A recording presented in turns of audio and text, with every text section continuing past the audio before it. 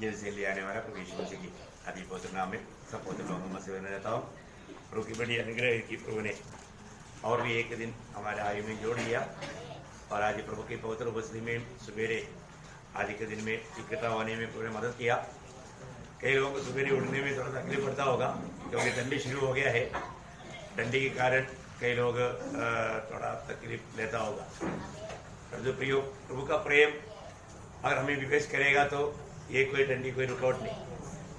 सचमुच में मसीह जीवन का सही अर्थ जान करके मतलब मसीह के प्रेम में बना रहने वाले लोगों का संख्या बहुत कम है। मैं आपको बताना चाहता हूँ आप इन वचनों को सच्चा दिल से, क्योंकि अपन जो भी मतलब सुन रहा है ये कोई व्यक्ति का कोई ज्ञान की बात नहीं, ये परमेश्वर के वचन है ना। परमेश्वर के वचन को स्वीकारने में हमें कितना उत्साह होना चाहिए। जब मतलब हमने कल देखा था प्रभु ने जो कहा मेरे पीछे होने, प्रभु के पीछे होना है तो मसीह जीवन प्रभु के पीछे चलने वाले जीवन है। तो मसीह के पीछे चलने का व्यवस्था हम लोग देख रहा था।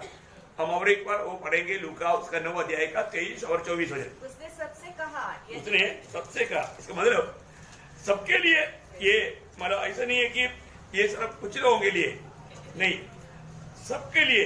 हाँ, उसने सबसे कहा यदि कोई मेरे पीछे आना चाहे तो अपने आप से इनकार करे और प्रतिदिन अपना क्रूस उठाए हुए मेरे पीछे हो ले। क्योंकि जो कोई अपना प्राण बचाना चाहेगा वो उसे खोएगा, परंतु जो कोई मेरे लिए अपना प्राण खोएगा वो उसे बचाएगा। देखिए इसका मतलब क्या है कि यहाँ पर ये क्रूस उड़ाने का बात बहुत गहरा है। अभी प्रभु के पीछे चलना है तो हमें अपने आप को इनकार करके सूली लेना। सूली लेने का अर्थ बहुत लोगों ने सही प्रकार नहीं समझा। मसीह जीवन में ये सूली लेने का अर्थ बहुत गहरा है। जो भी मतलब प्रभु यीशु मसीह ने जो हमारे लिए क्रूस पर किया वो हमारे जीवन में लाना, उसको बोलता है क्रूस उड़ाना। उसका वो उद्देश्य हमारे जीवन में पूर्ण रूप में लाना है ना। तो क्रूस उड़ा करके चलना है। अभी आपको मालूम है जब भी क्रूस उड़ाने के बात बोलेगा तो उसमें लोग बाधा लाता है, रुकावट लाता है। अभी एक मतलब बात बताएगा तो प्रभु यीशु मसीह का खुद जीवन का बारे में जब प्रभु यीशु मसीह गवाही दे रहे हैं, जब मत्ती की सुसमाचार उसका 16 अध्याय है, उसका 21 से अपन 27 तक पढ़ना है, लेकिन मतलब आप रुक के पढ़ना। उस समय यीशु अपने चेलों को बताने लगा, अवश्य है कि मैं यरूशलेम को जाऊं और पुरनियों और प्रधान याजकों और शास्त्रियों के हाथ से बहुत दुख उठाऊं और मारा डाला जाऊं और तीसरे दिन जी उठूं। देखिए अभी कितना साफ साफ बात है। अपने भविष्य के बारे में जानने वाला दुनिया में एकमात्र व्यक्ति वो यीशु मसीह है। हम लोग कोई भी कल का बारे में नहीं जानता, आज और क्या क्या होने वाला है हमको मालूम नहीं, लेकिन प्रभु को सारी बात मालूम और प्रभु अनेक काम समय के अनुसार करता है। प्रभु का अनेक काम समय के अनुसार है, समय पर सब काम करना। आज कई लोगों को क्या है कोई समय नहीं, ऐसा होता है क्या? नहीं, हर एक बातों का टाइमिंग होता है। अगर टाइमिंग ही मान लो गलत है तो फिर वो एक व्यवस्था भी जीवन नहीं है ना। हर एक जगह पर कोई कंपनी है तो कंपनी में टाइमिंग देता है ना, वो टाइम पर। स्कूल है तो बच्चों का पढ़ाई में है, और कोई लेट पहुंचता है तो स्कूल में एंट्री नहीं होने देता है। वो टाइम पर उधर भी पहुंचना पड़ता। टाइमिंग सिर्फ प्रभु के लोगों को नहीं, कभी भी आएगा कौन पूछेगा? पूछेगा नहीं। प्रभु का लोग, इसलिए प्रभु का लोगों को डिसिप्लिन सीखना बहुत जरूरी बात है। आपको अच्छा बात बोलेगा तो बुरा लगेगा क्या? आप ये एक आदर्श बनना है, इसमें भी एक आदर्श बनना हर एक बातों में। क्योंकि प्रभु यीशु मसीह दुनिया में कब आया? समय पूरा हुआ। देखा, समय पूरा हुआ। यीशु मसीह को कई जगह पर कई काम के लिए बुलाया तो प्रभु ने क्या बोला? मेरा समय नहीं आया। ठीक है ना। समय का बहुत महत्व है प्रिय। अभी देखो, अभी समय का गौरव जानना है तो मान लो ओलंपिक्स में दौड़ने वाला लोगों को पूछना, यार 1 सेकंड में मेरा फर्स्ट प्राइज गया, 1 सेकंड में। देखा, उसका समय का मूल्य समझ में आ गया। प्रियो, मुझे और आपको प्रभु ने दिया हुआ समय, उसका बहुत बड़ा महत्व है। अब इस समय को ठीक रीति में इस्तेमाल करना सीखो, नहीं तो बाद में पछताएगा। तो समय जो गया वापस आएगा नहीं आएगा। मतलब कल अक्टूबर 23 तारीख का वापस एक बार 23 तारीख को देखने के लिए चाहेगा, मिलेगा नहीं। ये 2022 का अक्टूबर 23 तारीख नहीं मिलेगा। आज 24 में आ गया तो गया, गया तो गया। तो सबसे बड़ी बात है, हमारे जीवन का समय टोटली बहुत छोटा सा समय है। ये समय को सही रीति में इस्तेमाल करना। अभी यहाँ पर प्रभु का कदम के बारे में क्लियर मालूम। अभी हम यरूशलेम की ओर जा रहे हैं, अभी वहां पर क्या क्या होने वाला है, और मैं वहां पर मारा जाएगा, लेकिन मरने के बाद कदम का हानि नहीं, मैं तीसरा दिन जी उड़ेगा। अभी ये बात जब हुआ, अभी देखो, अभी यहाँ पर एक बड़ा संकट है, संकट और मृत्यु का बात सुना, तुरंत वहां पर एक एक्शन हुआ, आपस बढ़ना, आगे बढ़ो। इस पर पतरस उसे अलग ले जाकर झिड़कने लगा, हे प्रभु, परमेश्वर न करे, तेरे साथ ऐसा कभी न होगा। देखा, अभी यहाँ पर आप देखिए, मतलब इस रीति में कुछ तकलीफ सहने का बात आ गया, कष्ट सहने का बात आ गया, पतरस वहां पर प्यार दिखाने लगा। मानुष्य की रीति में प्यार दिखाने से वहां पर क्या हो रहा है, उसके पीछे भी क्या कौन काम करता? प्रयोग शैतान। कई बार कई प्रकार का हम लोगों को लगता है कि लोगों को हम आश्वासन का वजन दे रहा है, पर वो आश्वासन का वजन नहीं, धोखा का वजन। वो वजन के पीछे शैतान रहता है। अभी यहाँ पर देखेगा तो यीशु मसीह मतलब सूली पर मरने के बाद तो बोला, तो थोड़ा आश्वासन का बात तो बोलना चाहिए, सोच करके शायद पतरस कह रहा है, प्रभु तुझे ऐसा ना होने दे। वो ये इंसानियत की बात था। इंसानियत के पीछे भी कौन रहता? शैतान काम करता है। मैं एक बात आपको बताना चाहता हूँ, यहाँ पर हमें बहुत बड़ा बातों को समझना। अभी यहाँ पर यीशु मसीह वो बात आगे स्पष्ट किया है, तुरंत तो आगे बढ़ना। उसने मुड़कर पतरस से कहा, हे शैतान, मेरे सामने से दूर हो, तू मेरे लिए ठोकर का कारण है, क्योंकि तू परमेश्वर की बातों पर नहीं, परंतु मनुष्य की बातों पर मन लगाता है। देखा, मनुष्य की बात, मतलब मनुष्य का रीति, मनुष्य का स्वभाव, मनुष्य का चाहत, तो वो उस प्रकार काम कर रहा है। उसके पीछे कौन काम कर रहा है? शैतान। देखो प्रिय, हमारे जीवन में मतलब कई बार है ना, हम लोग तकलीफ में रहने वाले लोगों के प्रति तरस खाता है। हमको लगता है वो प्रभु का दिल है,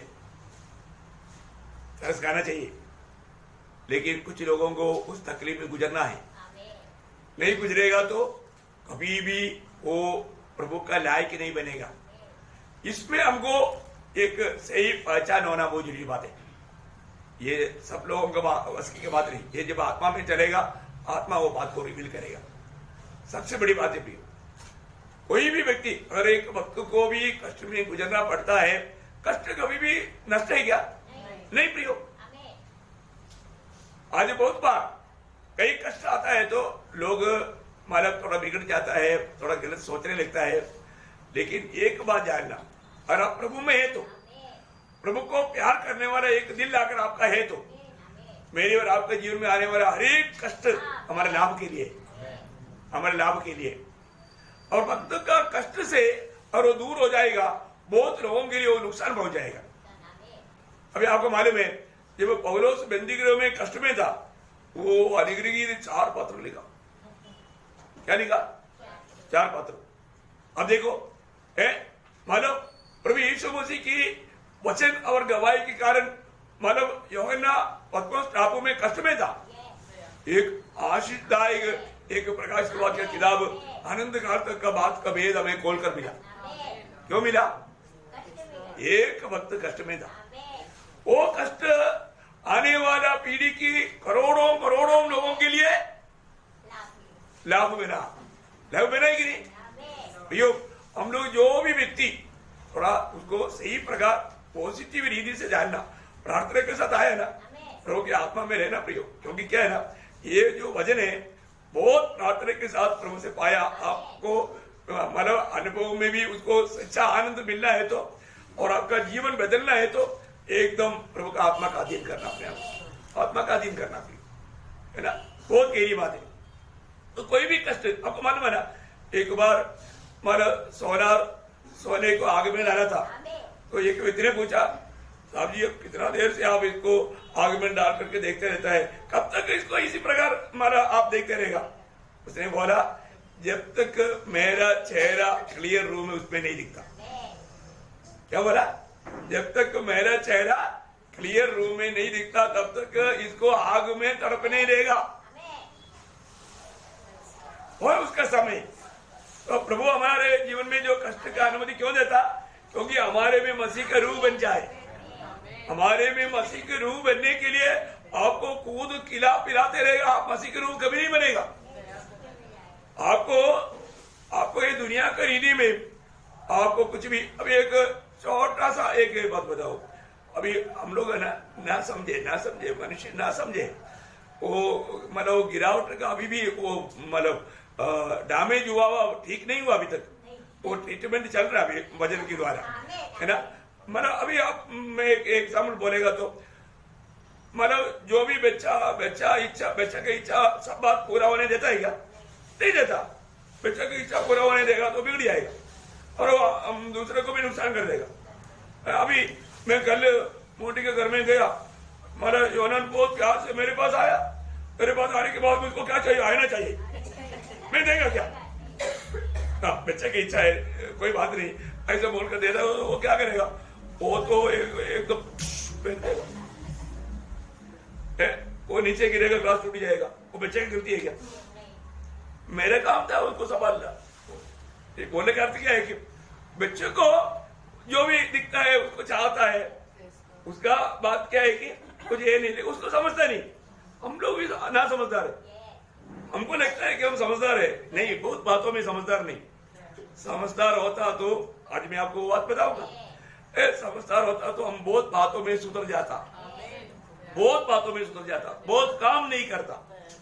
तो हमको ये बात है, प्रभु में आने के बाद है ना, हमेशा हमारा जो जीवन की जो अवस्था जो है ना, वो जो डैमेज हुआ अवस्था के बारे में लोग नहीं जानता।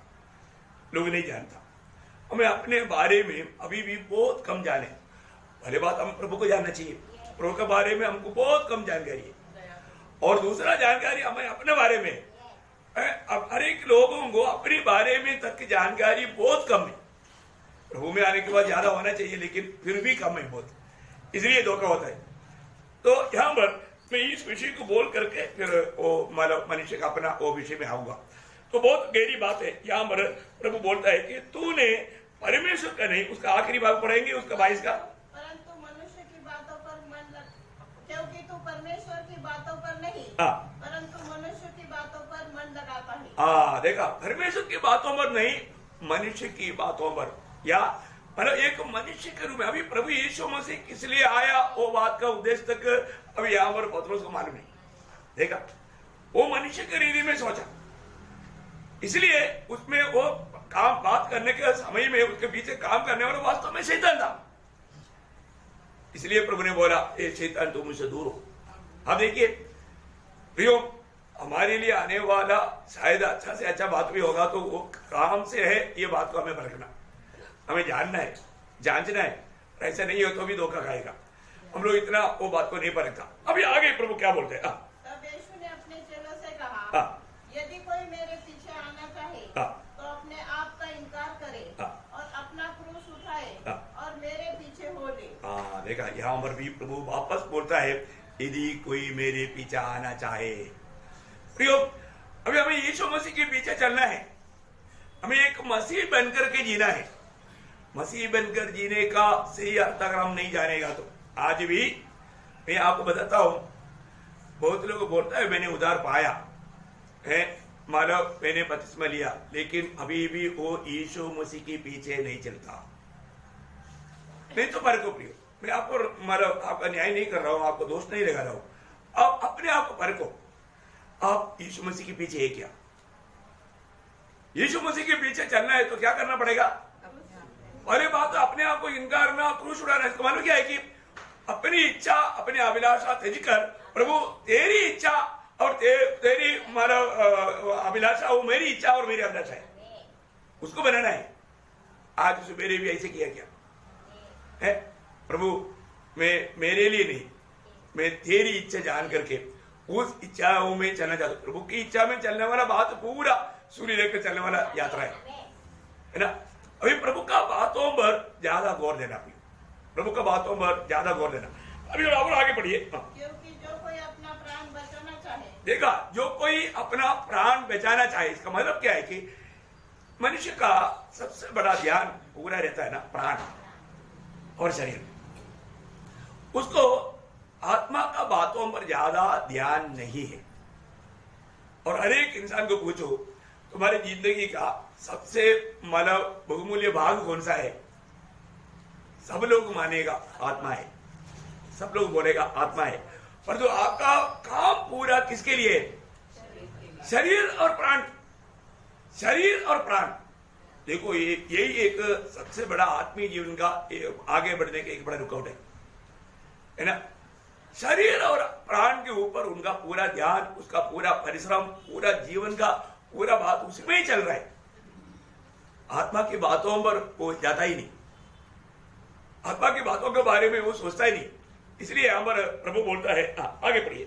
वह उसे खोएगा, और जो कोई मेरे लिए अपना प्राण खोएगा, वह उसे पाएगा। देखिए अभी इससे भी थोड़ा और गहरी बात, अगर आप मरकोस का सुसमाचार में आएगा तो मरकोस उसका 8 अध्याय, मरकोस उसका 8 अध्याय।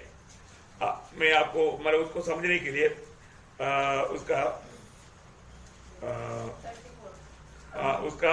34 से पढ़ लो। उसने भीड़ को अपने चेलों समेत पास बुलाकर उनसे कहा, जो कोई मेरे पीछे आना चाहे वह अपने आप से इनकार करे और अपना क्रूस उठाकर मेरे पीछे हो ले। क्योंकि जो कोई अपना प्राण बचाना चाहे वो उसे खोएगा, पर जो कोई सिर्फ मेरे नहीं, मेरे लिए, मेरे और सुसमाचार के लिए, मेरे और सुसमाचार के लिए।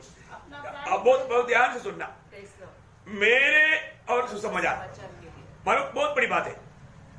मत्ती में वो सुसमाचार का बात नहीं आया, इसलिए मैं इधर लेकर आया, कोई सेम बात है। अब यहाँ पर का विषय क्या है कि सुसमाचार सुनाना बोलेगा तो आपको लगता है कोई हल्की बात है। आज कोई लोग बोलता है हम सुसमाचार सुनाते, लेकिन वो सुसमाचार नहीं सुनाता। सुसमाचार सुनाना है हमारे कर्तव्य है, वो समाचार सुनाता है, पर वो सुसमाचार सुनाने के लिए प्रभु ने भेजा। हम क्या सुनाता है ये बात को ध्यान करना। सुसमाचार के लिए, मेरे लिए और सुसमाचार के लिए अपना प्राण खोएगा, वह उसे बचाएगा। देखा, अपना प्राण किसके लिए इस्तेमाल होना चाहिए? प्रभु के लिए और सुसमाचार के लिए। ये बहुत बड़ी बात है। आज भी प्रभु के लिए, सुसमाचार के लिए हम अपने प्राण को उंडेलने के लिए तैयार है क्या? है प्रभु में आने के बाद में मसीह जीवन का सबसे बड़ा एक कर्तव्य हमें दूसरों तक ये सुसमाचार पहुंचाना है। आज बहुत लोग नरक में जाने के एक ही कारण, वे लोगों को सुसमाचार नहीं मिला। सुसमाचार ना मिलने के कारण जो हमारे उद्धार पाए वो लोग विश्वास योग्य नहीं रहा। वो प्रभु के लिए जीवन नहीं बिताया, वो प्रभु के पीछे नहीं चला, इसलिए वो लोगों को सुसमाचार सुनाने के लिए मौका नहीं मिला। प्रयोग हम लोग कितनी लोगों को मिलता है, क्या आप उनको ये सुसमाचार देता है? उनका उद्धार नहीं हुआ आपको मालूम है ना, फिर भी आप उनको एक बार भी ये सुसमाचार सुनाया? आपको ये मालूम है ना प्रभु ने आपको भेजा है, आपका उद्धार हुआ है, तो आपको ये जरूर मालूम होगा। क्योंकि में बार बार आने वाले एक शब्द है, यूहन्ना 17 का 18 और 20 का 21। ये दोनों वचन बहुत इंपॉर्टेंट वचन है। यूहन्ना उसका 17 अध्याय उसका 18 वचन, जैसे तूने मुझे जगत में भेजा, वैसे ही मैंने भी उन्हें जगत में भेजा। अभी देखिए, ये पिता ने पुत्र को ये जगत में किसने भेजा है? हम पापियों का उद्धार करने के लिए, हमारा छुटकारा का दाम में मरने के लिए भेजा। पिता ने हमसे इतना बड़ा प्रेम किया, हमने कल भी देखा है ना। इतना बड़ा प्रेम किया, अपने एकलौता पुत्र हमारे लिए दिया। इसलिए प्रभु यीशु मसीह के द्वारा हम लोग हमारा अनंत जीवन पाए, प्रभु यीशु मसीह पर विश्वास करके अनंत जीवन पाए। कितना मूल्यवान बात है, कितना श्रेष्ठ बात है ना। हमें कुछ भी खर्च है क्या? नहीं, प्रभु ने हमारे लिए किया हुआ काम पर विश्वास करना। लेकिन तभी भी हम विश्वास किया क्या? ये सुसमाचार हमारे लिए सुसमाचार बनाया क्या, है ना। उसका 20:21, जैसा पिता ने मुझे भेजा है वैसे ही मैं भी तुम्हें भेजता हूँ। देखिए, अभी मतलब पिता ने यीशु मसीह को जैसे भेजा वैसे हमें भी यीशु मसीह बोलता है मैं भेज रहा हूँ। इसका मतलब क्या है प्रियो? यीशु मसीह का जीवन को ही हमें जानना कितना जरूरी बात है। यीशु मसीह के जीवन को ही अगर हमने नहीं जाना, अभी आप देखो, अभी अनेक लोग प्रभु में मिलाद पाने के बाद में मतलब अनेक लोगों का उनका जीवन का लक्ष्य क्या है? सुबह ब्रेकफास्ट, टाइम पर ब्रेकफास्ट है, दोपहर को 12-1 बजे खाना, फिर शाम को एक चाय, फिर शाम को मतलब रात को खाना, ये सब बना कर रखा है। वो बिल्कुल बराबर करता है, परंतु मतलब प्रभु का बातों पर उनको कुछ भी ध्यान नहीं। आपने ऐसा खाना खाया जो यीशु मसीह ने खाया? यीशु मसीह ने खाया हुआ खाना खाया कभी? आप मसीह के पीछे चलता है ना। यीशु मसीह की खातिर कितनी बार दुनिया का भोजन छोड़ करके स्वर्गीय भोजन खाया है? आपको मालूम है जब यूहन्ना 4:34 वचन में यीशु ने उनसे कहा, मेरा भोजन यह है। देखा, यीशु मसीह का भोजन हमने खाया है कि नहीं? परखो, हम यीशु मसीह के पीछे चलता है, यीशु मसीह बोलता है मेरा भोजन ये है कि अपने भेजने वाले की इच्छा के अनुसार चलूं और उसका काम पूरा करूं। देखा, भेजने वाला की इच्छा के अनुसार चलूं और उसका काम पूरा करूं। वो है सबसे सुंदर मतलब हमारा आत्मा का भोजन, हमें मसीह के रूप लाने वाला भोजन है। अभी आप देखो, वो भोजन खाया क्या? प्रभु का इच्छा रूपी भोजन है।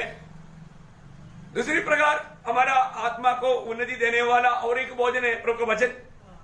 अभी हमने कल भी पढ़ा था जब पहला पत्रोस 2 अध्याय का 2 वचन में क्या पढ़ा था? नए जन्मे हुए बच्चों के समान निर्मल आत्मिक दूध की लालसा करो। देखा, आत्मिक दूध, ये आत्मिक दूध है प्रभु का वचन। आज यहाँ पर आने से पहले कितने लोगों ने ये वचन को पढ़ा? कई लोगों को पूछेगा तो बोलेगा हम शाम को पढ़ता है ना। आज सुबेरे, इसका मतलब क्या है कि आज सुबेरे भी आप ये वचन रूपी दर्पण के सामने अपने आप को नहीं परखा। आज आपने हमारे सुबेरे कोई चाय कॉफी वगैरह पिया होगा। मैं आपको बोलता हूँ, अगर आप एक सच्चा भक्त है तो आप कोई भी कॉफी पीने से पहले आप वचन को पिएगा। ये स्वर्ग देखता है प्रियो।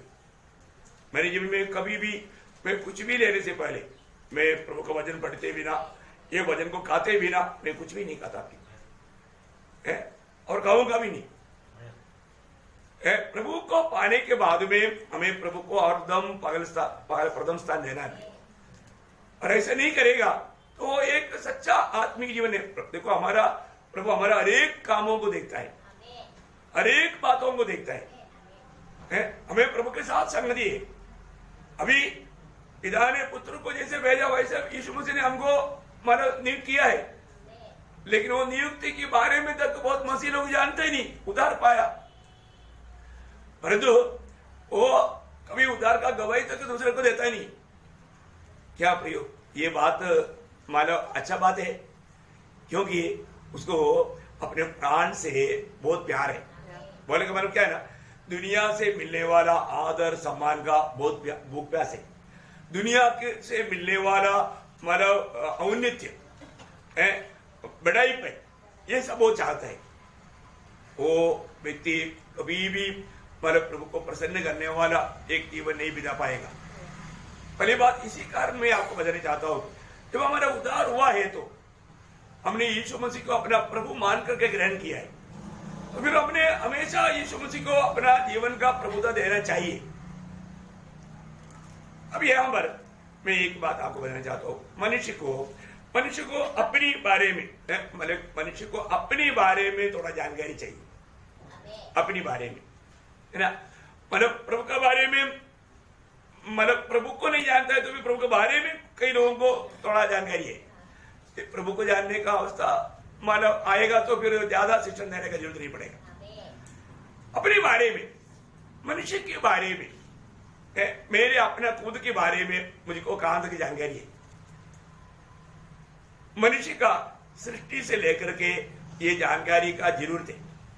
जब प्रभु ने मनुष्य को जब बनाया, प्रभु ने कैसे बनाया, इसमें एक बात मैं आपको बताना चाहता हूं। अपने आप को अपने बारे में जानने के लिए 4 बात जानना बहुत जरूरी बात है। मैं वो 4 पॉइंट पहले आपको देता हूं। पहली बात, हमारा सृष्टि के बारे में हमें जानना चाहिए। दूसरी बात, हमारा गिरावट के बारे में हमें जानना चाहिए, मतलब मनुष्य का गिरावट। और तीसरी बात, हमारा छुटकारा के बारे में हमें जानना चाहिए।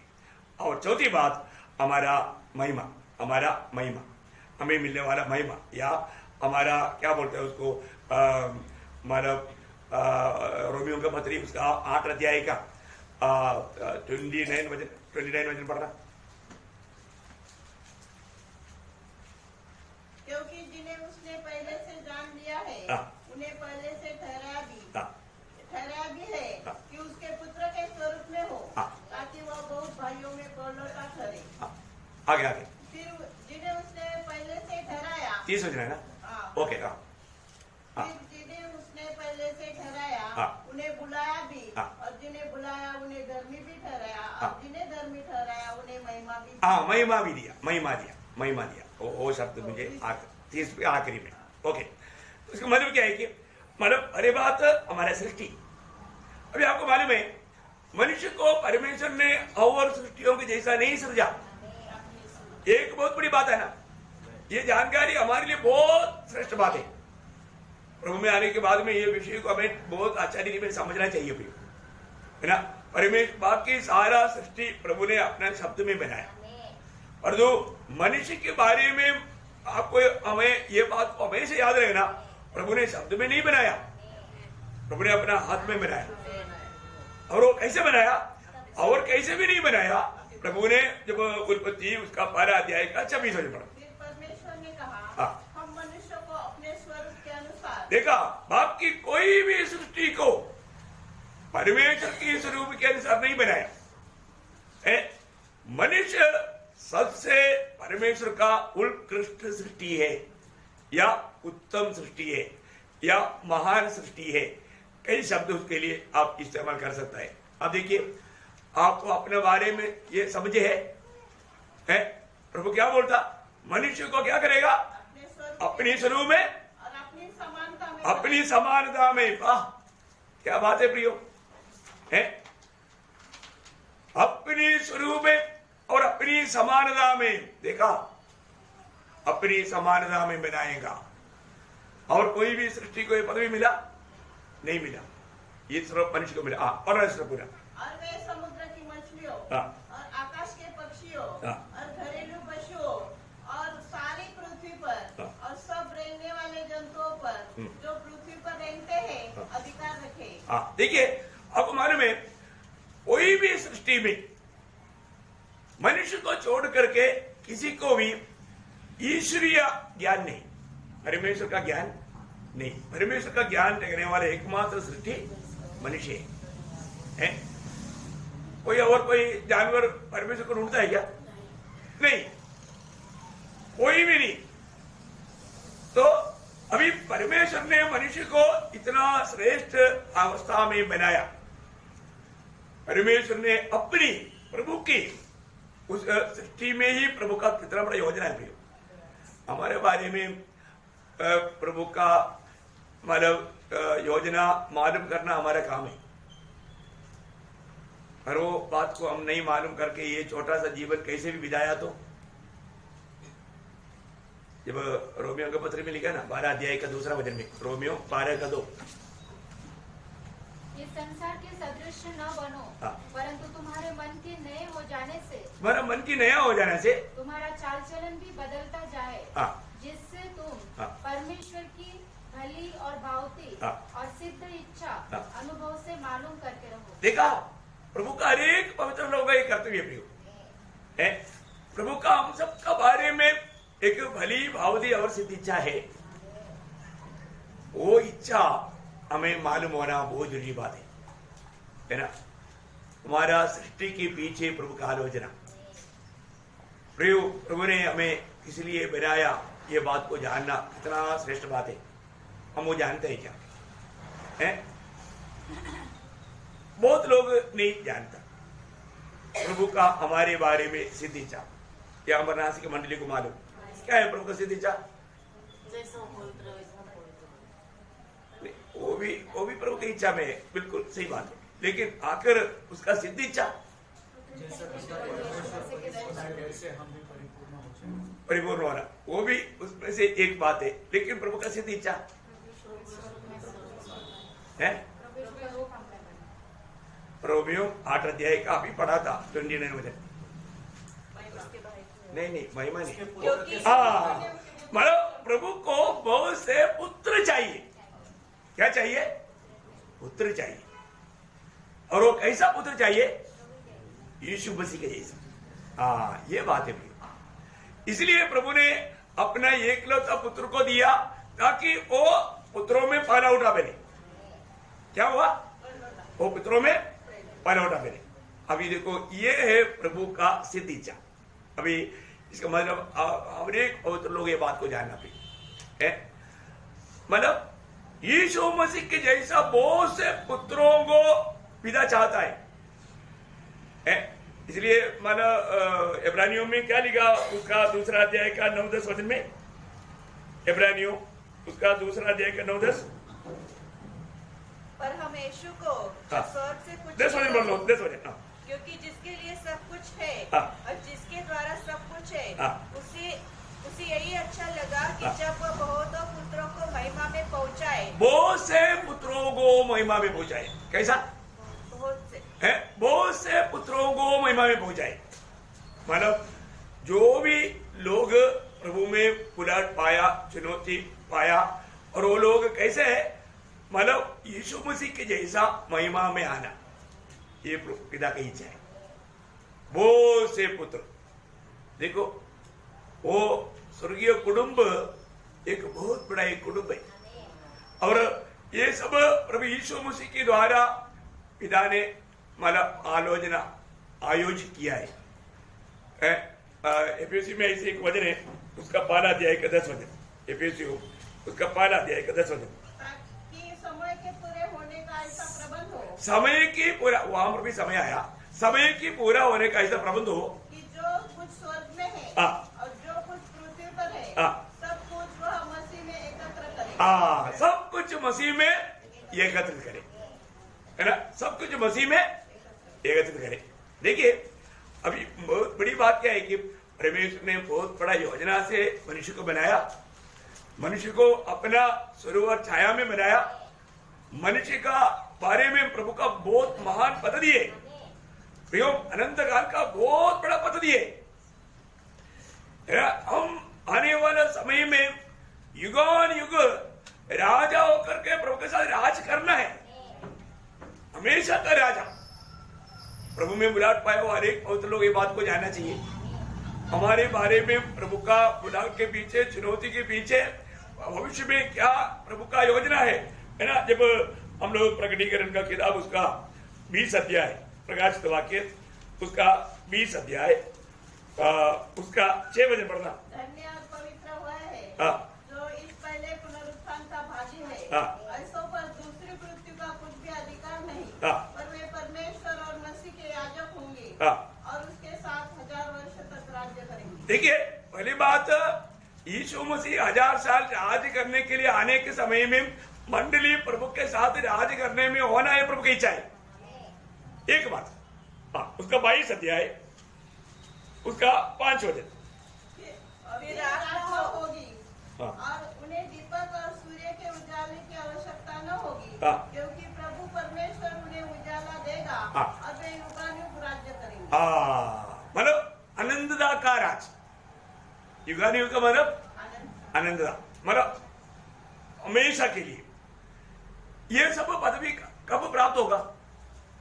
अभी इस जीवन में, इसलिए इसका गौरव जानना। इसका उधार पाया हुआ लोग ये बात समझेगा, प्रभु उसको समझने के लिए कृपा देगा। जो उधार नहीं पाया ऊपर से जाएगा, चाहे तो दोष लगा कर जाएगा।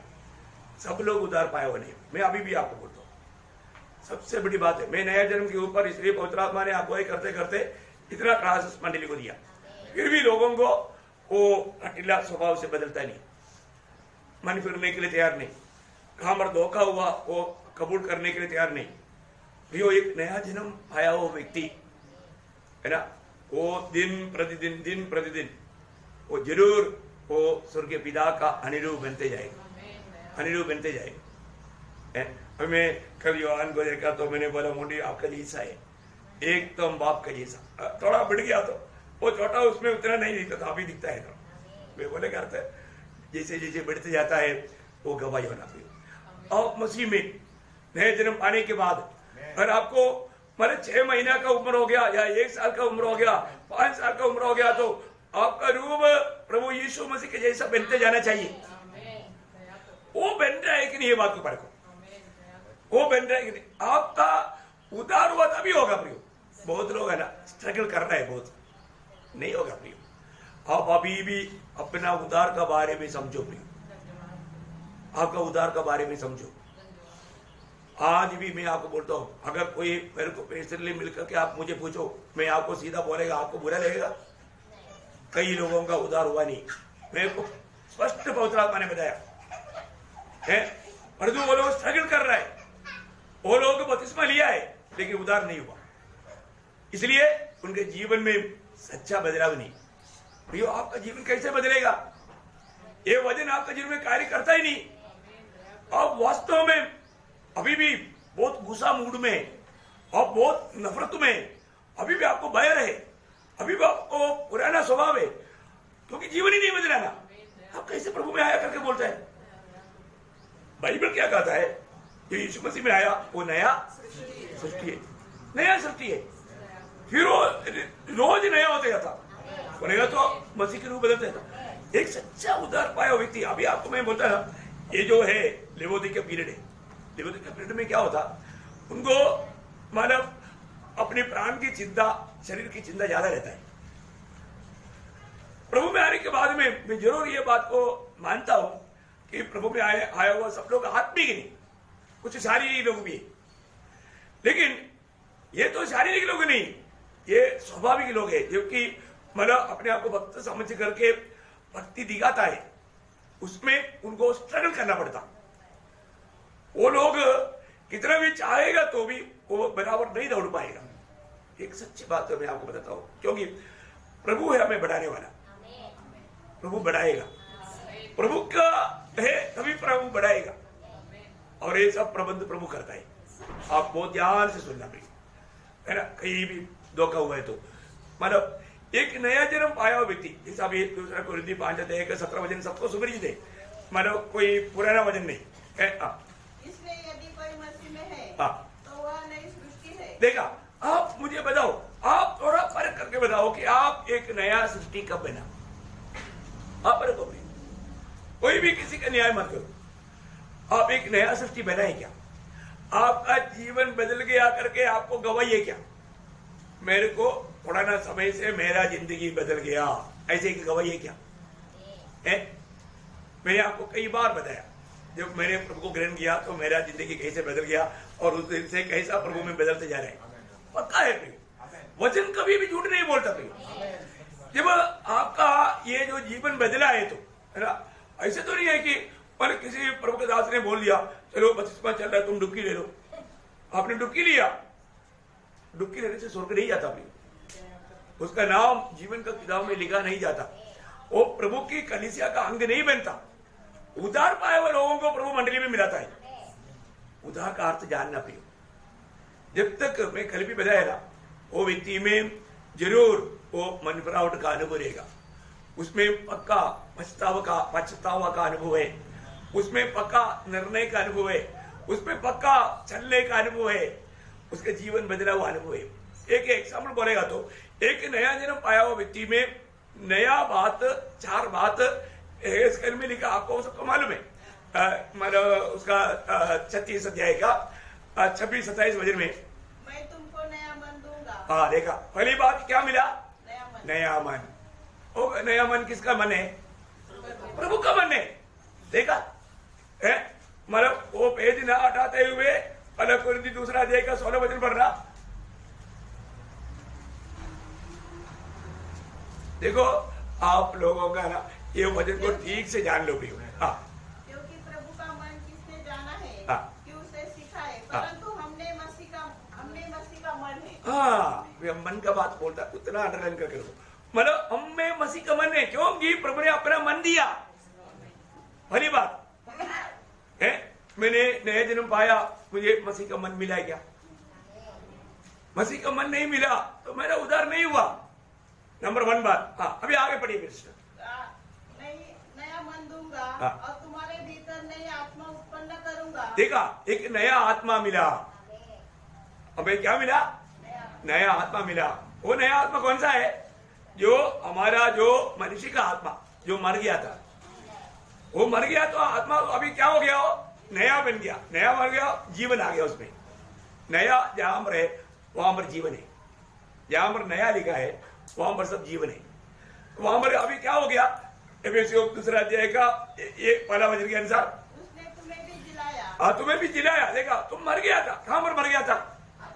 आत्मा में। जो अभी मैं बोला था, मनुष्य को जानने के लिए मनुष्य का गिरावट, मनुष्य गिर गया था। मैं वहां पर नहीं आया, ये विषय होने के बाद आऊंगा। बहुत बड़ी बात है प्रियो, ये तभी तो आप अपने आप को तो कम से कम जानेगा। अभी यहां पर हम देखता है कि हर एक मनुष्य परमेश्वर के साथ संबंध नहीं कर सकता था, क्योंकि वो आत्मा मर गया था। क्योंकि परमेश्वर के साथ संबंध आत्मा ही नहीं सकता था। मनुष्य का 3 भाग है, सबको मालूम है। मतलब उस 3 भाग में आत्मा प्रभु के साथ का संबंध के लिए था और प्रभु को रहने के लिए था। लेकिन अभी क्या हो गया? मनुष्य पाप करके मनुष्य मर गया, गिर गया तो मर गया। मर गया, उस समय से परमेश्वर के साथ का संबंध टूट गया। परमेश्वर के साथ का सच्चा संबंध नहीं, वो मर गया। मृत्यु का अर्थ तक परमेश्वर से अलग होना है, आपको सबको मालूम। इसलिए मतलब अभी यहां पर परमेश्वर ने क्या किया? उसको वापस जिलाया। क्या किया? जिलाया। एक नया बात हुआ। इसका मतलब हले नया मन मिला, दूसरा एक नया आत्मा, मतलब हमारा आत्मा जिलाया गया, मतलब परमेश्वर का संबंध में आ गया। परमेश्वर के साथ अभी हम संपर्क कर सकता है। हाँ, तीसरा, तुम्हारी देह में से पत्थर का हृदय निकालकर हाँ, तुमको मांस का हृदय दूंगा। देखा, एक मांस का हृदय भी मिला हमें। क्या मिला? एक मांस रूपी हृदय मिला। देखा, हमारे हृदय क्या हो गया था? पत्थर सा हृदय मिल गया। पत्थर सा हृदय में, अरे आज भी वो पत्थर सा हृदय है, इसलिए वजन लोगों के अंदर नहीं जाता। वो वजन को मतलब स्वीकार नहीं कर पाता। वजन आने के टाइम पर उनको अच्छा नहीं लगता, गुस्सा आता। अब देखो, अगर आपको ऐसा स्वभाव है तो आप क्लियर बात है प्रिय, आपका उद्धार हुआ ही नहीं, गारंटी। एक नया जन्म पाया व्यक्ति को हरेक वजन आपने 1000 बार सुना होगा, 1001 नंबर पे सुन रहा है तो भी आपको अच्छा लगेगा, बुरा नहीं लगेगा। क्योंकि वजन में क्या है? आत्मा और जीवन। प्रभु क्या करता? प्रियो, हरेक लोगों का, पुराना मनुष्य का आपको मालूम है, पाप करते करते पाप इतना जम गया है, वो पत्थर बन गया। पाप हमेशा मनुष्य का हृदय क्या करता? कठोर करता। आपको मालूम है इब्रानियों 3:13 है ना?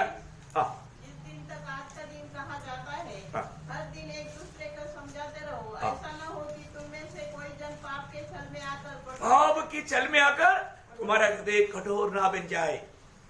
प्रियो, बहुत चालाक की रीति में मानव विरोधी शैतान पाप में गिराता है। वो आपका एक विचार भी हो सकता है, उसमें आप गिर गया तो आपका हृदय कठोर होना शुरू करेगा। फिर आपको वजन बिल्कुल अच्छा नहीं लगेगा। जब भी वजन सुनेगा आपके जीवन में, आप अभी भी आप देखना, प्रभु की उपस्थिति में आने के बाद में प्रभु का वचन सुनने के टाइम पर आपको बुरा लगने वाला अनुभव हुआ है तो आप जरूर एक अच्छा दिल के साथ बैठा नहीं, और वो वचन आपने स्वीकारा भी नहीं, वो वचन को आपने इनकारा। एक प्रकार बोलेगा तो फिर आपका जीवन का प्रार्थना तक प्रभु नहीं सुनेगा, नहीं सुनेगा। ऐसा अवस्था में आप खुद आया हो, पाप आपको लाया। तो प्रभु बोलते हैं यहाँ पर एक नया हृदय, एक महास्वरूपी हृदय, पत्थर का हृदय हटा करके एक महास्वरूपी हृदय, क्योंकि वो हृदय नहीं है तो भी हम प्रभु के लिए जीवन नहीं बिता सकता। वो हृदय में प्रभु का वचन आकर के मानो वो वहां पर रहेगा। दूसरा कुरिन्दी तीसरा अध्याय का तीसरा वचन में क्या लिखा? मानो दूसरा कुरिन्दी तीसरा अध्याय उसका तीसरा वचन, यह प्रगट है कि तुम मसीह की पत्री हो, जिसको हमने सेवकों के समान लिखा, और जो स्याही से नहीं परंतु जीवते परमेश्वर के आत्मा से। देखा, आत्मा से लिखता। आत्मा कहाँ पर लिखता? पत्थर की पटियों पर नहीं, परंतु हृदय की मांस रूपी पटियों। देखा, हृदय की मांस रूपी पटरियों पर, हृदय की मांस रूपी पटरियों पर। ये हृदय किसको मिला? जो नया जन्म मिला। देखा, अभी समझ में आ रहा है? जो व्यक्ति का नया जन्म हुआ है तो प्रियोम ये जो भी वचन आएगा वो वचन उनका हृदय रूपी पटरी पर प्रभु लिखता है आत्मा में। अब यहाँ पर जो भी काम होता है पवित्र आत्मा का काम होता है। रोज ये काम होना जरूरी बात है। रोज प्रभु हृदय रूपी पटरियों पर प्रभु अपना वचन को लिखते जाता। अभी आपको मालूम है छोटा सा एक हमारा पेन ड्राइव में कितना और कड़ो था। अभी आपको मालूम है हमारे हृदय में कितनी बात लिखा जा सकता है, इतना कैपेसिटी उसको है ना। मतलब ये बाइबल जैसा हजारों किताब आप पढ़ करके बयान कर सकता है, कभी भी कार्य लेगा। इतना उसमें हमारा जगह है। बात समझ में आया है? इतना आप रिकॉर्ड कर सकता है। Praise Lord. तो प्रभु का लोग हमेशा क्या करना चाहिए? ये सारे वचन को अपने हृदय में रखना, हृदय की पटरी पर लिखा जाना। आज बहुत लोग उदार पाया बोलता है लेकिन उनका हृदय की पटरी में वचन नहीं। जो हृदय से निकलता है वो मुंह से आता है। तो एक व्यक्ति बात करने के टाइम पर मालूम पड़ेगा उसके अंदर वचन है क्या। और जो कई लोग बात करेगा तो वो वचन कभी ही नहीं आएगा, क्योंकि उनका हृदय में वचन नहीं लिखा गया है ना। दावीद भी 119 का 11 में क्या बोलते मालूम है ना आपको? 119 का 11, मैं तेरे वचन को अपने हृदय में रख छोड़ा है कि तेरे विरुद्ध पाप न करूं। देखा, मैं तेरी विरुद्ध पाप ना करूं। कितना बड़ी बात है। प्रभु की वचन को पवित्र लोग वो हृदय में रखता, वो नोटबुक में सिर्फ नहीं देना पियो है ना। कई लोग क्या बोलता, कुछ पूछेगा मैंने कल क्या संदेश दिया था, मैं अभी आता हूँ। कहाँ जाता बोलो? नोटबुक लेने के लिए। नोटबुक में अच्छा हो गया, नोटबुक में लिखा। नोटबुक में लिखना कोई खराब है ऐसे नहीं मैं बोल रहा हूँ, नोटबुक में लिख कर रखो, लेकिन ये वचन कहाँ पर आना चाहिए? हृदय में। हृदय में आ गया तो उसका सच्चा लाभ है। प्रभु का वचन कहता है, प्रभु का दास कहता है, मैं तेरी विरुद्ध पाप ना करने के लिए तेरा वचन को मेरे हृदय में रख छोड़ा है। लिखा है, लिख कर रखा है। कितना बड़ी बात है। तो हमारा जीवन को पढ़ने वाला वो मसीह को पढ़ने लायक जीवन तब बनेगा जब हमारे हृदय में प्रभु का वचन लिखा जाए। देखा, तो नया जन्म पाया व्यक्ति को 3 आशीष मिला। चौथी आशीष क्या है सिस्टर? हाँ, देखा, 4वां आशीष है प्रभु का आत्मा हमें देता है। प्रियो, मैंने प्रभु का आत्मा पाया है कि नहीं? मैं मसीह की आत्मा पाया है कि नहीं है? ये आत्मा भी पाएगा तभी आप एक सच्चा मसीह जीवन का दौड़ पाएगा। आज बहुत लोग दौड़ना चाहता है लेकिन दौड़ नहीं पाता, थक जाता है। वो मतलब चलने के लिए सामर्थ्य नहीं। वो क्यों है मालूम है? आपने नया जन्म नहीं पाया, उसका एक सबूत है। क्योंकि आत्मा पाए हुए लोगों को प्रभु क्या करता? आगे थोड़ा पढ़ना। तुम्हारे भीतर देकर ऐसा करूंगा कि ऐसा करूंगा। देखो, प्रभु ऐसा करेगा। प्रभु के लोगों को प्रभु ऐसा करेगा। क्या करेगा? कि तुम मेरे विधियों पर चलोगे और मेरे नियमों को मानकर उसके अनुसार करोगे। देखा, नया जन्म पाए हुए लोग क्या करेगा? प्रभु का नियमों को पालन करेगा, प्रभु का वचन को मानेगा। वैसा ही होने देगा। देखा कितना बड़ी बात है प्रियो। वही तो यीशु मसीह ने बोला ना जब यूहन्ना 16 अध्याय का 13 वचन में, परंतु जब अर्थात सत्य का आत्मा आएगा तो तुम्हें सब सत्य का मार्ग बताएगा। सब सत्य का मार्ग बताएगा, क्योंकि वह अपनी ओर से न कहेगा, परंतु जो कुछ सुनेगा वही कहेगा और आने वाली बातें तुम्हें बताएगा। देखा प्रभु की आत्मा पाए हुए लोगों को प्रभु की आत्मा हमेशा अगुवाई करते रहेगा, हमेशा अगुवाई करते रहेगा। और जो व्यक्ति इस अगुवाई को समझेगा और उसमें चलेगा, उसको बोलता है परमेश्वर का बेटा। अभी हम लोग बहुत आसानी से बोल देता ना, मैंने तो बपतिस्मा पाया भाई, अभी तो मैं प्रभु यीशु मसीह में, अभी मुझे पर कोई दंड की आज्ञा नहीं। क्या खुशी है, अच्छी बात है।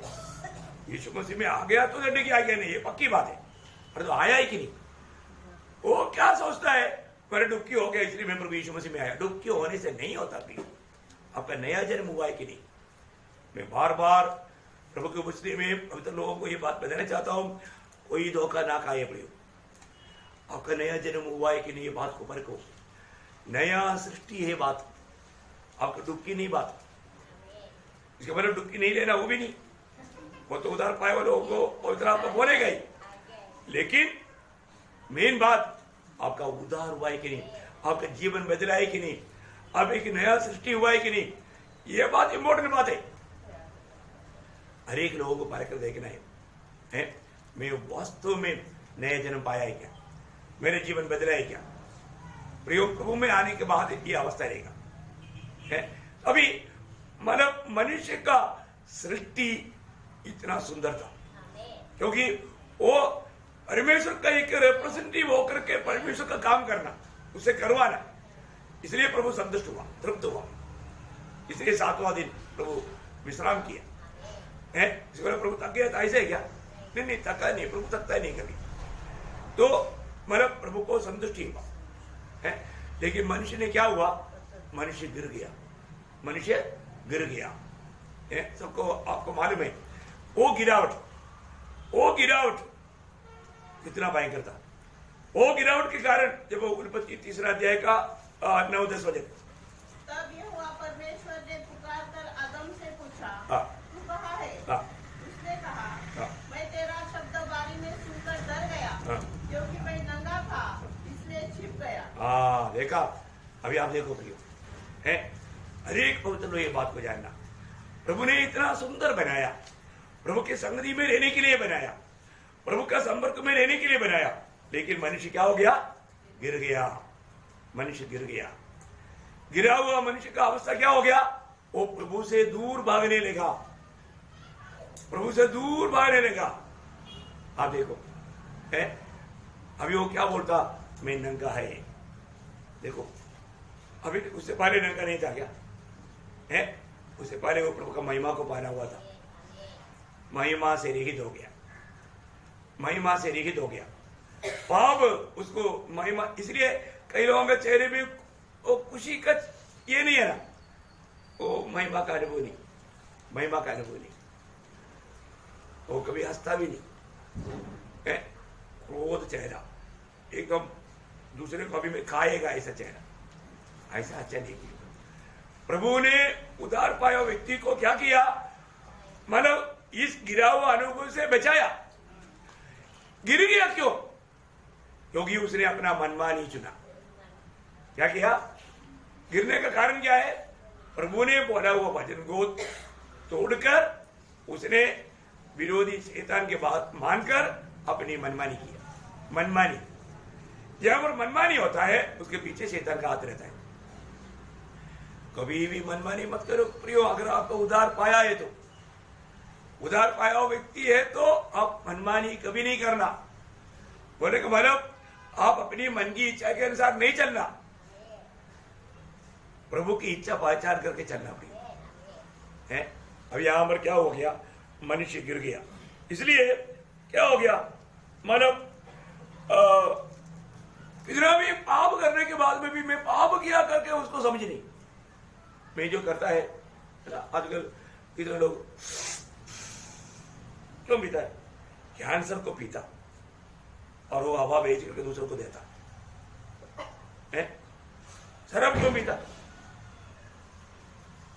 वो अपने आप में नहीं, क्योंकि वो पीने के बाद में उसको चलने के लिए हाईवे रोड भी कम पड़ता। ऐसा काम क्यों करता? वो समझ अपने आप में नहीं, उसको लगता है कि मैं अपने आप में, उनका दुनिया ही एक अलग हो जाता है। ये है गिरावट का फल, गिरावट का फल है। बोला नहीं थे कुछ दिन पहले, द्वार खोलो मेरा घर है, मेरे को अंदर आना। उसको घर भी बाहर इधर आकर के एक आदमी कड़कड़ा था, ला तो मार रहा है, पत्नी का नाम पुकार के अच्छा ग्रामर मिला करके। अब देखो शराब उसको क्या कर दिया है? हाँ, वो अपने आप में नहीं, अपने आप में नहीं, उसका घर भी नहीं मान है। इसलिए कई लोग मान नींबू समझ करके अपना बेचे का खड़ा काट करके कर रहा है। क्यों? अपने आप में नहीं। शराब का नशा क्या क्या करता है प्रियो, क्या क्या काम होता है ना। प्रियो, प्रभु में आया वो व्यक्ति अपने आप में आया वो व्यक्ति, मन फिरा हुआ व्यक्ति, उसका समझ खोल गया है, उसको चलाने वाला पवित्र आत्मा है।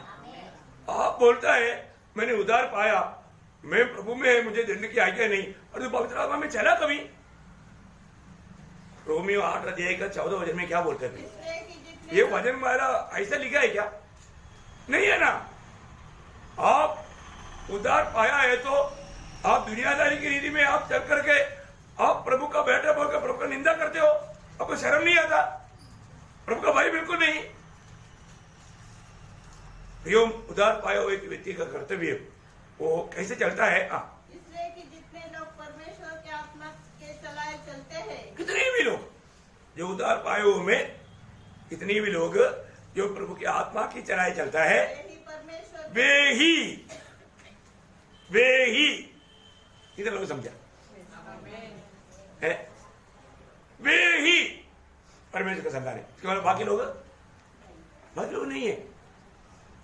सिर्फ प्रभु की आत्मा पाया हुआ लोग उस आत्मा में चलता है, वे ही परमेश्वर का संतान है, परमेश्वर का पुत्र है। भैया, आप उधार पाए बोल करके मनमानी में चलते हुए मैं भी प्रभु का बेटा ऐसा मत बोल। अब आत्मा में चलता ही नहीं है ना, फिर आप कैसे बोल सकता आप प्रभु का बेटा है करके? है अभी थोड़ी देर रोमियो 8 का पहला वचन का बारे में पहला बात बोला, लेकिन किसके ऊपर दंड की आज्ञा नहीं, उसका दूसरा भाग है इम्पोर्टेंट। आत्मा के अनुसार चलते हैं। हाँ, कई लोगों से है ना, कुछ लोगों ने उसको खा लिया परिभाषा करने वाला है। प्रियो, उन लोगों के ऊपर दंड की आज्ञा नहीं जो लोग आत्मा के अनुसार चलता है। प्रियो, मसीह जीवन आत्मा के अनुसार चलने वाला जीवन है। यीशु मसीह ने हमें जो दिखाया हुआ जीवन आत्मा के अनुसार चलने वाला जीवन है ना। इसलिए हमारे लिए दिया हुआ एक बहुत बड़ा एक आज्ञा है। एफेसियों 5:18, एफेसियों 5 अध्याय का 18 वचन। दाखला से मतवाले न बनो, क्योंकि इससे लुचपट होता है, और आत्मा से परिपूर्ण होते जाओ। आत्मा से परिपूर्ण होते जाओ, ये आज्ञा है, हुक्म है। आत्मा से परिपूर्ण होते जाओ। रोज हमें आत्मा में भरना पड़ेगा। जो व्यक्ति आत्मा में भरेगा वो आत्मा में चलेगा। जब तक आप आत्मा में भरेंगे नहीं, आप आत्मा में चलेंगे नहीं। रोज हरेक पवित्र लोगों का कर्तव्य है हम आत्मा में भरकर जीवन बिताएं, ताकि हम आत्मा में चल पाए। इसका मतलब क्या है कि प्रभु, अभी पहली बात, प्रभु ने हमें जो सृष्टि किया, वो सृष्टि की अवस्था से मनुष्य अपनी पाप करके परमेश्वर से मानो दूर हो गया, वो गिर गया। क्या हो गया? गिर गया। प्रभु ने, अब ये हमारी अवस्था है। प्रभु ने हमको कैसे बनाया था? प्रभु अपने स्वरूप और छाया में बनाया, और हमारा अवस्था क्या हो गया? हम गिर गया। फिर हमारा अवस्था क्या हो गया? प्रभु ने हमें छुटकारा दिया। मैंने 4 पॉइंट आपको बोला ना, याद है? हाँ, तो मतलब हमें छुटकारा दिया। प्रभु ने छुटकारा देने के लिए क्या किया? पहली बात, प्रभु ने अपने पुत्र को भेज करके उसकी पुत्र की बलिदान की द्वारा, देखा, हमें जीवन का मार्ग बताया, उसकी बलिदान हुआ, हमें छुटकारा दिया। छुटकारा। जो भी मानव प्रभु यीशु मसीह में है वो छुटकारा पाया हुआ लोग है ना। हमें प्रभु ने अनंत काल का छुटकारा दिया। आप देखिए, जब हमें छुटकारा देने के लिए प्रभु ने क्या किया, पहला पत्रोस पहला अध्याय उसका 18-19 वचन पिछले में भी हमने पढ़ा था, फिर भी पढ़िएगा। क्योंकि तुम जानते हो कि तुम्हारा निकम्मा चाल चलन जो बाप दादा से चला आता है, उससे तुम्हारा छुटकारा चांदी सोने अर्थात नाशवान वस्तुओं के द्वारा नहीं हुआ, पर निर्दोष और निष्कलंक मेमने अर्थात मसीह के बहुमूल्य लहू के द्वारा हुआ। देखिए, हमें कैसा प्रभु ने छुटकारा दिया, बहुमूल्य। ये जो बहुमूल्य पद बहुत बार पत्रोस इस्तेमाल करता है ना। बहुमूल्य मतलब उसका मूल्य नहीं लगा सकता, बहुमूल्य लोगों से हमें खरीदा प्रभु ने। हम लोग बहुत प्रभु के लिए से मूल्यवान है। तो हमारा छुटकारा हुआ, या प्रभु ने हमें क्या किया, प्रभु ने हमें जो हम खो गया था प्रभु ने वापस हमको पा लिया। हम खो गया था, पाप के कारण हम लोग खो गया था, प्रभु ने हमको वापस प्राप्त किया छुटकारा दे करके, दाम दे करके। अभी एक बार खो गया था, अभी दोबारा प्राप्त करने के बाद में फिर वापस खोने देगा, कभी नहीं देगा। एक उदार पाया व्यक्ति को मैं आपको गारंटी से बोलता हूं, प्रभु फिर कभी भी आपको खोने नहीं देगा, नहीं तो वो प्रभु का एक कमजोरी हो जाएगा। समझ में आया? इसलिए यकीन करो छुटकारा हुआ है कि नहीं।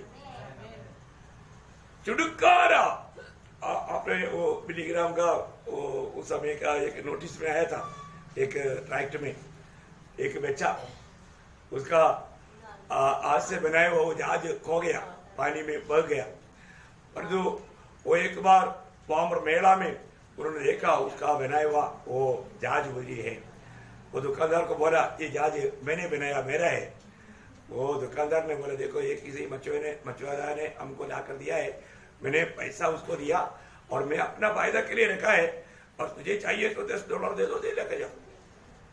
अभी उसके पास पैसा नहीं, जा करके उसने मेहनत किया और वो $10 ला करके उसने वो जहाज को अपने हाथ में लिया, और वो अपने हाथ में लेकर के वो जहाज को कहता है ये जहाज एक समय में मैं तुझको मेरी हाथ से बनाया, और जो तू मेरी हाथ से खो गया, और वो आज मैंने तुझे दाम दे करके मोड़ लिया है।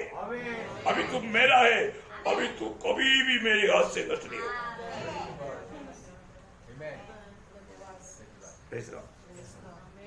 हम लोग छुटकारा पाए हुए लोग, प्रभु यीशु मसीह ने हमें दाम दे करके हमें खरीदा है। हम प्रभु का था, पाप हमको प्रभु से दूर किया, नष्ट हुआ हमें, मतलब प्रभु ने दाम दे करके हमें छुटकारा दिया, और प्रभु ने हमें बोलता है अभी मैं तुझे कभी नष्ट नहीं होने देगा, हमेशा का। इब्रानियों में लिखा ना, वो 9 का 12 वचन में, और बकरों और बछड़ों के लहू के द्वारा नहीं पर अपने ही लहू के द्वारा एक ही बार पवित्र स्थान में प्रवेश किया और अनंत छुटकारा प्राप्त किया। देखा, हमें यीशु मसीह में क्या मिला? अनंत छुटकारा मिला। बोलेगा हमेशा का छुटकारा, अभी कभी खो नहीं सकता। अगर आपका उद्धार हुआ है तो प्रियो, आपको कभी भी कैसे भी मृत्यु भी आने दो, आपको कोई टेंशन लेने की जरूरत नहीं है ना, क्योंकि छुटकारा पाए वचन ये भी अपन यहाँ की बाहर की आंख बंद करेगा, हमारा अंदर का आंखों से अपन स्वर्गदूतों का बड़ा एक दल देखेगा और यीशु मसीह को देखेगा, तुरंत देखेगा, है ना। मृत्यु का वक्त बहुत सुंदर है प्रिय।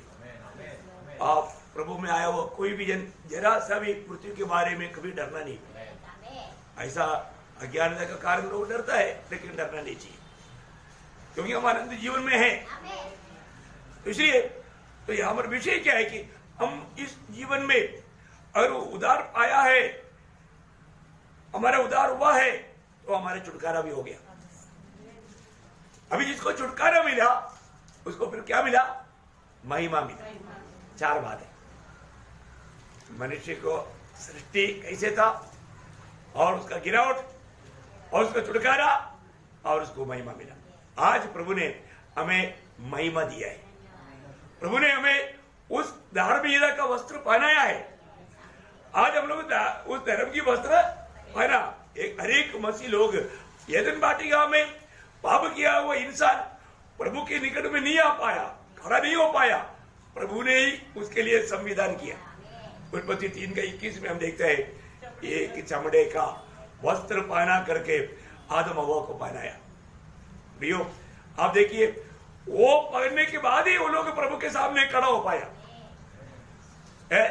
अभी आज कौन यीशु मसीह के सामने, प्रभु के सामने खड़ा होगा? जिन्होंने यीशु मसीह को धारण किया, जिन्होंने यीशु मसीह को धारण किया, जिन्होंने यीशु मसीह को पकड़ लिया। यीशु मसीह हमारे धार्मिकता बन गया। प्रियो ये बहुत श्रेष्ठ बात है ना। जब गलातियों 3:27 में लिखा है जिन्होंने मसीह में बपतिस्मा लिया है उन्होंने मसीह को पहन लिया है। पहन लिया है प्रियो, यीशु मसीह को पहन लिया। हरेक उद्धार पाया हुआ लोग यीशु मसीह को पहना हुआ लोग है, यीशु मसीह को पहना हुआ है। बहुत बड़ा जल्दी पहचान सकता है प्रभु यीशु मसीह को पहना हुआ लोग है, मसीह लोग है ना। प्रभु ने हमें ये दुनिया से अलग किया। अभी हमारा महिमा और बढ़ेगा जब यीशु मसीह आएगा, लेकिन अभी महिमा से महिमा में बढ़ने वाला अनुभव है। दिन प्रतिदिन हमारे में महिमा बढ़ते जाता, वो जा रहा है कि नहीं ये परखना है। कब हम, जब हम आत्मा में चले। दूसरा कुरिन्थी 3:18 वचन, क्योंकि जब हम सबके उगाड़े चेहरे से प्रभु का प्रताप इस प्रकार प्रकट होता है जिस प्रकार दर्पण में, तो प्रभु के द्वारा जो आत्मा है हम उसी तेजस्वी रूप में अंश करके बदलते जाते हैं। देखिए ये अंश करके बदलते जाते हैं। आपको मालूम है एक कैसे बदलता है वो मार्ग? आपको मालूम है क्या?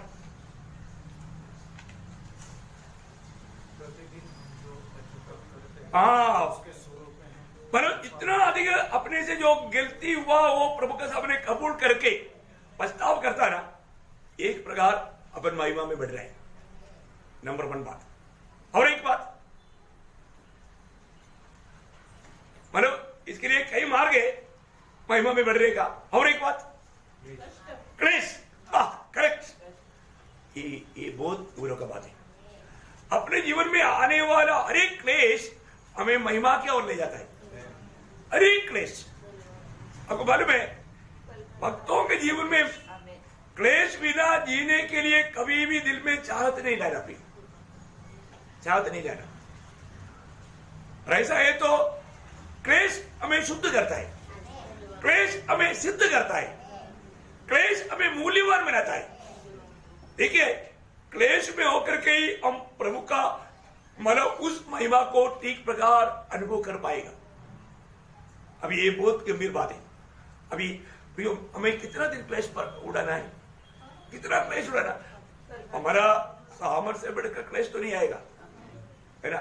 जब रोमियो उसका 8:17-18 वचन, रोमियो उसका 8:17-18। और यदि संतान है तो वारिस भी, वरन परमेश्वर के वारिस और मसीह के स्वर्गीय वारिस, कि जब हम उसके साथ दुख उठाए तो उसके साथ महिमा भी पाए। क्योंकि मैं समझता हूँ कि इस समय के दुख और क्लेश उस महिमा के सामने जो हम पर प्रकट होने वाली है कुछ भी नहीं है। देखा भैया, मतलब हरेक लोग अभी देखो सबसे बहुत बड़ा बात अभी आपने थोड़ी देर पहले बोला हम हमेशा का राजा है। कौन है राजा? कौन है राजा? सर्व उधार पाया बोल के अपने मनमानी में जीने वाले लोग राजा है क्या? नो नो नो, वही तो बात हमें सीखना है। फिर वही तो बात हमें सीखना है। सब लोग राजा नहीं, फिर उधार पाया अभी हमें अवसर है हमको प्रभु के साथ राज करने का। लेकिन हमारे जीवन में मिला हुआ समय, आज कितने लोगों को कितना अच्छा अवसर है लेकिन प्रभु का वचन का भूख प्यास है क्या? इन बातों को सीखने की इच्छा है क्या? मंडली मसीह के रूप कब आएगा? मंडली में बना रहेगा तो, शरीर में बना रहेगा तो प्रियो प्रभु अवसर देता है। प्रियो बहुत बड़ी बात है, अपना दिल से चाह चाहिए। देखो दूसरा कुरिन्थी 4:17 वचन में पौलुस क्या बोलता? हमारा पल भर का हल्का सा क्लेश, हमारा पल भर का हल्का सा क्लेश हमारे लिए बहुत ही महत्वपूर्ण और अनंत महिमा उत्पन्न करता जाता है। देखा अनंत महिमा उत्पन्न करता जाता है। बहुत बड़ी बात है भाई। हमारे जीवन में आने वाला हमारा क्लेश कितना है? हल्का सा, पल भर का हल्का सा क्लेश। आप कभी भी मत बोलना भाई आपका जीवन का क्लेश बहुत भयंकर है करके, नहीं आना। प्रभु बोलते हैं हल्का क्लेश, क्योंकि ट्रक प्रभु के ऊपर से गया, उसका छाया हमारे ऊपर से जा रहा है, हल्का है क्लेश। जो भी कष्ट क्लेश था वो प्रभु ने हमारे लिए उठाया और हमें उस कष्टों में सौभागी कराता है, क्योंकि प्रभु हमें उसके राज्य में लाना चाहता। एक शब्द में खुशी में आपको पढ़ा ही देता हूं, दूसरा तिमोथी 2:11। यह बात सच है कि यदि हम उसके साथ मर गए हैं तो उसके साथ जिएंगे भी। यदि हम धीरज से सहते रहेंगे, यदि हम धीरे से सहते ही रहेंगे तो उसके साथ राज्य भी करेंगे। देखा, उसके साथ राज्य में राज्य करने का इसका जिसको है वो क्या करना? धीरे से सहते रहना। मतलब अपने जीवन में आने वाला अरे कष्टों में ना कुड़कुड़ाते हुए, ना रिबील करते हुए, है ना, हमेशा हर कष्ट हर तकलीफ आनंद से सहना भाई, आनंद से सहना। देखो प्रभु ने हमें दुनिया का नमक बनाया, हमारे में नमकीन होना चाहिए ना। नमकीन नहीं है तो वो किस काम का? लोग अपने पाव के तले रो देगा, है ना। वहां पर वो नमकीन कब रहेगा? नमकीन कब रहेगा? नमकीन है नहीं, नमकीन है क्या? कैसे मालूम? वो मालूम होने के लिए उसे पहले जो बोला मत्ती 5 अध्याय का 3 वचन से 12 वचन तक जो 9 धन्य लोग, क्या है? धन्य लोग, 9 धन्य लोग वहां पर बोला। 9 धन्य लोग, धन्य अनुभव, धन्य गुण, धन्य स्वभाव, ये हमारे अंदर रहेगा तभी तो नमकीन रहेगा। ये हमारे अंदर रहेगा तो नमकीन रहेगा। उसकी जैसा एक बात है आत्मा का फल, गलातियों 5:21-22 है।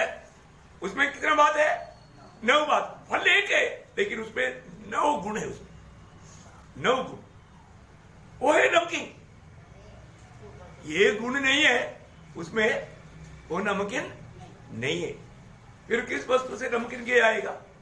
नहीं कर सकते। आत्मा में जन्म पाया हुआ लोगों में आत्मा का फल रहेगा, उसमें वो स्वर्ग राज्य का मतलब लोगों का ये गुण रहेगा, वो उसमें वो नमकीन नष्ट नहीं होगा।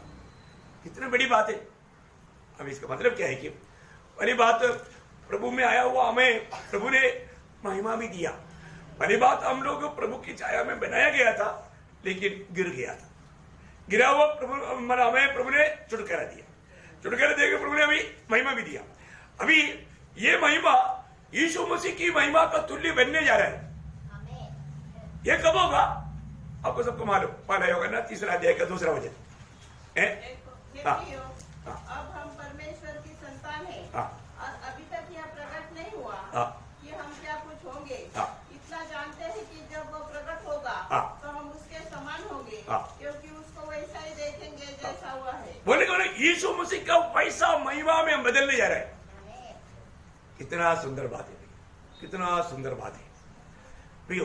एक बात मैं आपको बताऊं, अगला कल के लिए आप थोड़ा ध्यान करके आने के लिए मैं 2 शब्द आपको आपका ध्यान के लिए देता हूं, ताकि आपको वो विषय पर मैं आपको थोड़ा गहराई में बोलने के लिए मुझे आसानी रहे। मत्ती 7 अध्याय का 13-14 वचन, ये होमवर्क है आपका घर में जाकर ध्यान करने के लिए, ताकि कल अपन उस रीति में आगे बढ़ने वाला है। मत्ती थोड़ा पढ़ लीजिए। सकेत फाटक से प्रवेश करो, क्योंकि चौड़ा है वह फाटक और सरल है वह मार्ग जो विनाश को पहुंचाता है, और बहुत से हैं जो उससे प्रवेश करते हैं। क्योंकि सकेत है वह फाटक और कठिन है वह मार्ग जो जीवन को पहुंचाता है, और थोड़े हैं जो उसे पाते हैं। वो शब्द वाला बहुत ध्यान देना। अभी लूका उसका 13 अध्याय,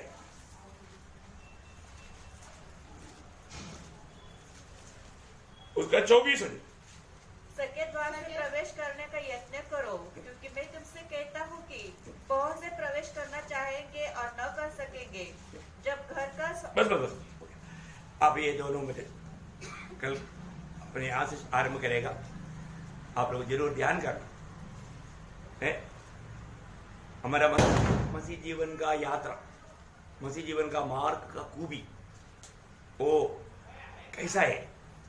वो सकेत मार्ग है, सकेत द्वार है। और उसमें कितने लोग मिलेगा? थोड़े लोग मिलेगा, थोड़े लोग मिलेगा। थोड़ा है बोल करके प्रभु को दुख है? नहीं, प्रभु को दुख है। इसलिए अभी अपने को जानना है कि मैं सही में मानो प्रभु ने मुझे अपना पीछे चलने के लिए बुलाया, मैं प्रभु के पीछे है क्या? प्रभु कौन सा मार्ग में गया? यही सकेत मार्ग में गया। वो मार्ग का सुंदरता अपन कल देखेगा। तो अभी कई लोगों को काम पर जाना है, इसलिए मैं यहाँ पर आज का संदेश समाप्त करना चाहूंगा। जरूर ये वचनों को आप घर में जाकर के वापस थोड़ा मनन करना, ध्यान करना, क्योंकि प्रभु ने हमें उसके पीछे चलने के लिए बुलाया और प्रभु ने हमें नियुक्त किया वो बातों में एक विश्वासियों की जीवन में बिता पा रहा है कि नहीं, ये बात को परखना। प्रभु वचनों के द्वारा आप सबको आशीष दे, प्रभु का महिमा हो।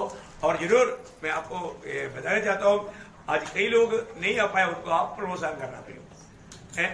अगर आपको इसमें लाभ मिला है तो, आपको प्रभु आपका जीवन से बात किया है तो आप दूसरे को भी प्रोत्साहन करना पड़ेगा, क्योंकि ऐसा अवसर बाद में नहीं मिलेगा, फिर पछताएगा। ये अनंत काल का हमारा फायदा के लिए अलर्ट रहना प्रयोग, सावधान रहना। विरोधी का लक्ष्य है आपको ये दौड़ में गिराए और आपको असफल होने देना। परंतु प्रयोग एक सच्चा सफलता प्राप्त करने के लिए एक सच्चा समर्पण का जरूरत है। सही समर्पण करके वचन के सामने अपने आप को नम्र और दीन करेगा तो अपना गलतियों को कबूल करके पछताव करके सही में क्षमा पाएगा तो सही प्रकार मेरा उद्धार हुआ है कि नहीं, ये बात को परख कर जानना पड़ेगा। उद्धार नहीं पाया तो उद्धार पा ले, अभी भी उद्धार पा लो, अभी भी उद्धारकर्ता का उपस्थिति में बैठा है। सच्चा मन फिरावट का अर्थ मैंने आपको कई बार समझाया है, आपको बात को जानना है। तो आप सबको ये वचनों की तरह आशीष दे, प्रभु की महिमा हो। आमीन।